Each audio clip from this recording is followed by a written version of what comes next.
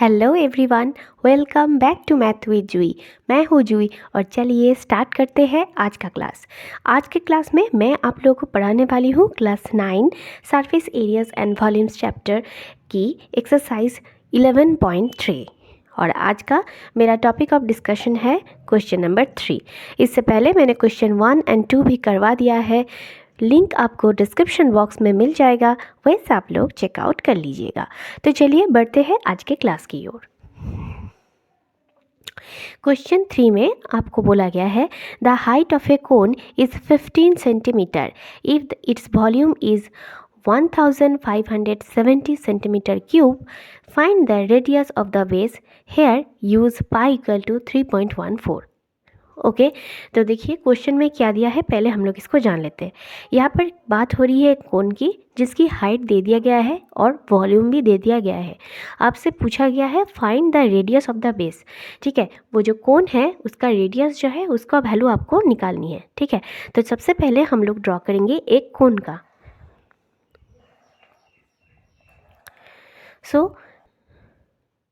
So this is a picture of a cone. तो cone का ये है हाइट, ठीक है, जो कि गिवन है। यहाँ पर हाइट बोल दिया है 15 सेंटीमीटर। ठीक है, 15 सेंटीमीटर। और आपको फाइंड आउट करनी है कि रेडियस, बेस का रेडियस कितना है।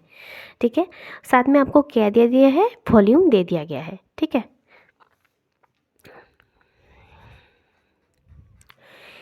हेयर गिवन, क्या क्या गिवन है, height of the cone equal to 15 centimetre.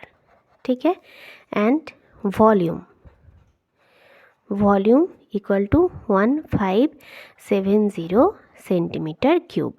ठीक है, अब देखिए हम लोग को वॉल्यूम का फॉर्मूला जो है वो होता है, वॉल्यूम का फॉर्मूला क्या है, 1/3 पाई आर स्क्वायर एच। ठीक है, we know volume equal to 1/3 pi r square h. ठीक है, तो देयरफॉर 1/3 पाई का वैल्यू यहाँ पर आपको लेना पड़ेगा 3.14, क्योंकि यहाँ पर मेंशन कर दिया गया है।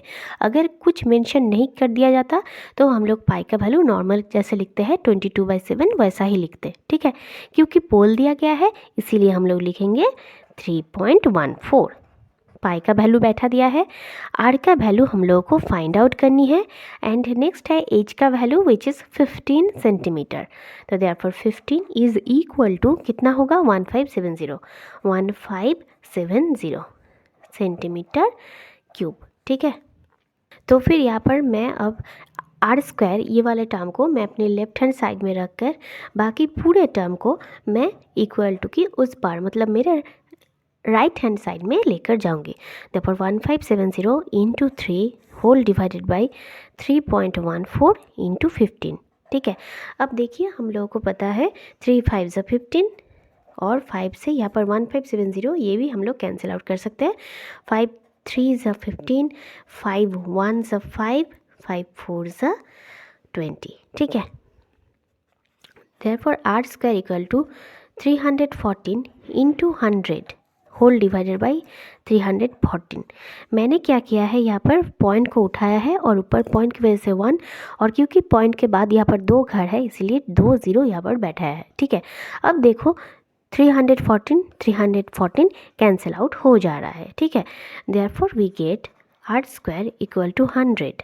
Therefore r equal to root under 100 means 10 centimetre. ठीक है, तो यही आपको पूछा गया था कि find the radius of the base. Therefore radius of the base, therefore radius of the base equal to 10 centimetre. ठीक है, तो चलिए एक बार क्विक रिवीजन कर लेते हैं इस क्वेश्चन का।